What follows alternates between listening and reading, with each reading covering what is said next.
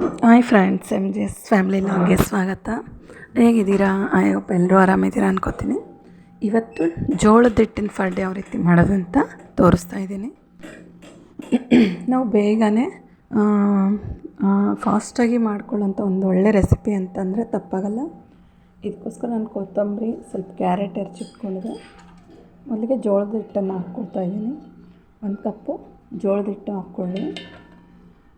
ಆಮೇಲೆ ಅದಕ್ಕೆ ಸ್ವಲ್ಪ ಬಾಂಬೆ ರವೆ, ಸಣ್ಣ ರವೆ ಅಂತೀವಲ್ಲ, ಅದು ಚಿಕ್ಕ ಅಂದರೆ ಅದರದ್ದೊಂದು ಗಿದ್ದ ಮೆಜರ್ಮೆಂಟಿಗೆ ಇಟ್ಕೋಬೋದು.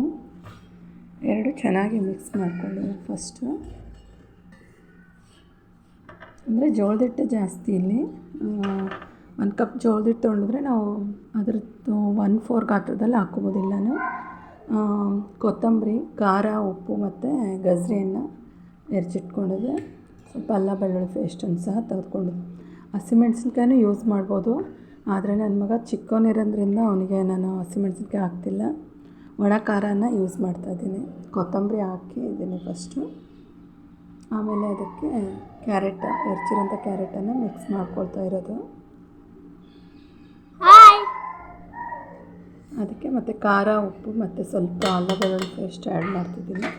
ಎಲ್ಲನೂ ಚೆನ್ನಾಗಿ ಕಲಿಸ್ಕೊಳ್ಳಿ.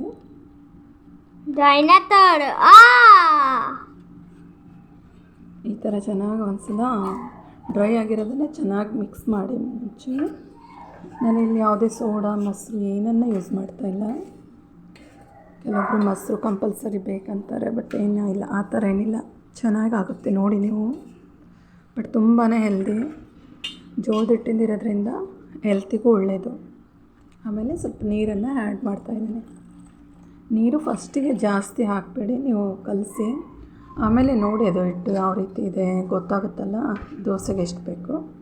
ಆಮೇಲೆ ಮತ್ತೆ ಬೇಕಿದ್ರೆ ಆ್ಯಡ್ ಮಾಡ್ಕೋಬೋದು. ಸ್ವಲ್ಪ ಸ್ವಲ್ಪ ಆ್ಯಡ್ ಮಾಡ್ಕೊಳ್ಳಿ. ನೋಡಿ ಎಷ್ಟು ಚೆನ್ನಾಗಾಯಿತು ಇದು. ಇಷ್ಟಿದ್ರೆ ಸಾಕು, ತುಂಬ ತಿಳಿನೂ ಮಾಡೋಕ್ಕೆ ಹೋಗ್ಬೇಡಿ. ಇದು ಎಲ್ಲ ಚೆನ್ನಾಗಿ ಕಲಸಿ ಆಮೇಲೆ ಒಂದು ಸ್ವಲ್ಪ ಒಂದು 10ರಿಂದ 15 ನಿಮಿಷ ನೆನೆ ಇಡಿ. ಜಾಸ್ತಿ ಏನು ಬೇಕಾಗಲ್ಲ. ನೀವು ಚಟ್ನಿ ಮಾಡ್ಕೊಳ್ಳೋವರೆಗೂ ನೆನೆದ್ರೂ ಆರಾಮಾಗಿ ದೋಸೆ ಬರ್ತದೆ. ದೋಸೆ ಆಗಿರ್ಬೋದು, ಫಡ್ಡು ಏನೇ ಮಾಡ್ಬೋದು, ತುಂಬಾ ಟೇಸ್ಟಾಗಿರುತ್ತೆ. 10-15 ಮಿನಿಟ್ಸ್ ಆಯಿತು. ಇವಾಗ ನಾನು ಫಡ್ ಹಾಕ್ತಾಯಿದ್ದೀನಿ ನೋಡಿ. ಮೊದಲಿಗೆ ಆಯಿಲ್ ಹಾಕ್ಕೊಳ್ಳಿ ಎಲ್ಲ ಇದರಲ್ಲಿ. ಫಸ್ಟ್ ಹಾಕುವಾಗ ಸ್ವಲ್ಪ ಜಾಸ್ತಿ ಆಯಿಲ್ ಇರಲಿ, ಅಂಟ್ಕೊಳ್ಳಲ್ಲ. ಸೆಕೆಂಡ್ ಟೈಮ್ಗೆ ನೀವು ಜಾಸ್ತಿ ಹಾಕಿಲ್ಲ ಅಂದರೆ ನಡೆಯುತ್ತೆ. ಆಯಿಲ್ ಆದರೂ ಯೂಸ್ ಮಾಡ್ಕೋಬೋದು, ತುಪ್ಪ ಆದರೂ ಹಾಕ್ಕೋಬೋದು. ನಿಮಗೆ ಯಾವ ಫ್ಲೇವರ್ ಇಷ್ಟ ಆಗುತ್ತೆ ಅದನ್ನು ಆ್ಯಡ್ ಮಾಡ್ಕೊಳ್ಳಿ. ನನ್ನ ಮಗನಿಗೆ ಫಡ್ ತುಂಬ ಇಷ್ಟ. ಅವ್ನು ದಿನ ಕೇಳ್ತಿರ್ತಾನೆ. ಅದಕ್ಕೋಸ್ಕರ ಅರ್ಜೆಂಟಿಗೆ ಯಾವ ರೀತಿ ಅಂತ ಇದು ತುಂಬಾ ಯೂಸ್ ಆಗುತ್ತೆ ನನಗೆ. ಅಕ್ಕಿ, ಉದ್ದಿನಬೇಳೆ ಎಲ್ಲ ನೆನೆ ಇಡೋಕ್ಕೆ ಟೈಮ್ ಇರಲ್ಲಲ್ವ, ಬೇಗ ಮಾಡ್ಕೋಬೋದು. ಇವಾಗ ಮಳೆಗಾಲ ಇರೋದ್ರಿಂದ ಈವ್ನಿಂಗ್ ಸ್ನ್ಯಾಕ್ಸ್ ಥರನೂ ಮಾಡಿ ಹಾಗೆ ಚಹಾ ಜೊತೆಗೆ ತಿನ್ಬೋದು, ಚೆನ್ನಾಗಿರುತ್ತೆ. ಕಲರ್ ತುಂಬ ಚೆನ್ನಾಗಿ ಬರುತ್ತೆ ಇದು.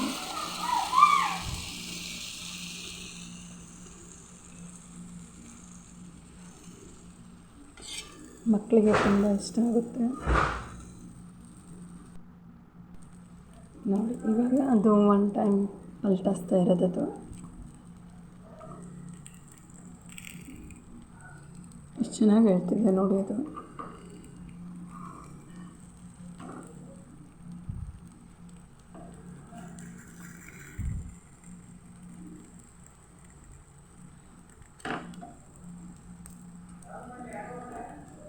ಎಲ್ಲನೂ ಅಷ್ಟು 1 ಟೈಮ್ನ ಇದು ಮಾಡಬೇಡಿ.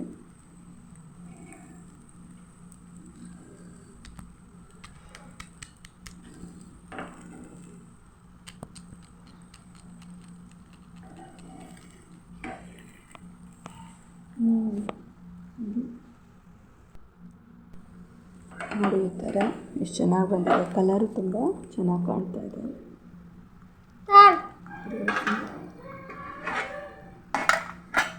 ನಮಗೆ ಒಂದು ಜಸ್ಟ್ ಒಂದು 5 ಸೆಕೆಂಡ್ ಬಿಡಿ, ಜಾಸ್ತಿ ಬೇಡ. ಬೇಗನೆ ಬೇಯುತ್ತೆ. ಇದಕ್ಕೆ ಜಾಸ್ತಿ ಅಲ್ಲಿ ಬಿಡು ಹೊರಗಿಂದ. ನಾವು ಇದರಲ್ಲಿ ಕ್ಯಾರೆಟು, ಉಪ್ಪು, ಖಾರ ಎಲ್ಲ ಆ್ಯಡ್ ಮಾಡಿರೋದ್ರಿಂದ ಚಟ್ನಿ ಇಲ್ಲದೆ ಇದ್ರೂ ಸಹ ನಾವು ಹಾಗೆ ತಿನ್ಬೋದು, ಚೆನ್ನಾಗಿ ಅನಿಸುತ್ತೆ ಟೇಸ್ಟು.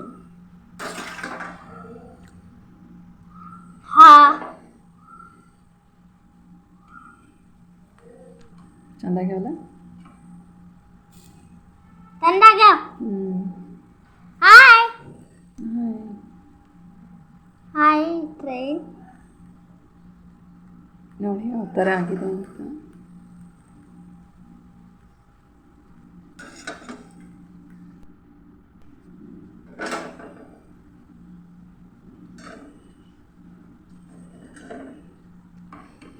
ತುಂಬ ಚೆನ್ನಾಗಿದೆ ಫ್ರೆಂಡ್ಸ್.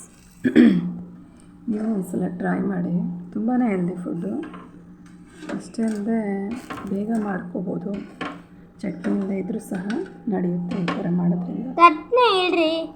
ಈರುಳ್ಳಿ ಅದನ್ನು ಆ್ಯಡ್ ಮಾಡ್ಕೋಬೋದು, ಬಟ್ ನನ್ನ ಮಗನಿಗೆ ಸೇರಲ್ಲ ಅಂದ್ಕೊಂಡು ನಾನು ಈರುಳ್ಳಿ ಆ್ಯಡ್ ಮಾಡಿಲ್ಲ. ಜಸ್ಟ್ ಗಜ್ರಿ ಒಂದೇ, ಕ್ಯಾರೆಟ್ ಒಂದೇ ಹಾಕಿರೋದು ನಾವು. ನೀವೇನು ಬೇಕು ಅದನ್ನೆಲ್ಲ ಆ್ಯಡ್ ಮಾಡ್ಕೋಬೋದು. ಟಿಫನ್ಗಾಗಿರ್ಬೋದು, ಈವ್ನಿಂಗ್ ಸ್ನ್ಯಾಕ್ಸ್ ಥರ ತುಂಬಾ ಚೆನ್ನಾಗಿರುತ್ತೆ. ಒಳ್ಳೆ ಹೆಲ್ದಿ ಫುಡ್ಡು ಅಂತ ಹೇಳ್ಬೋದು.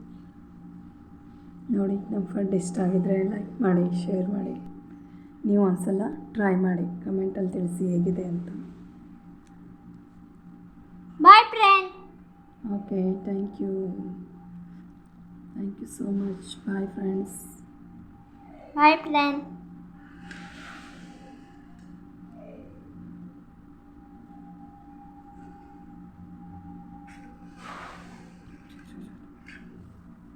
ಅಕ್ಕ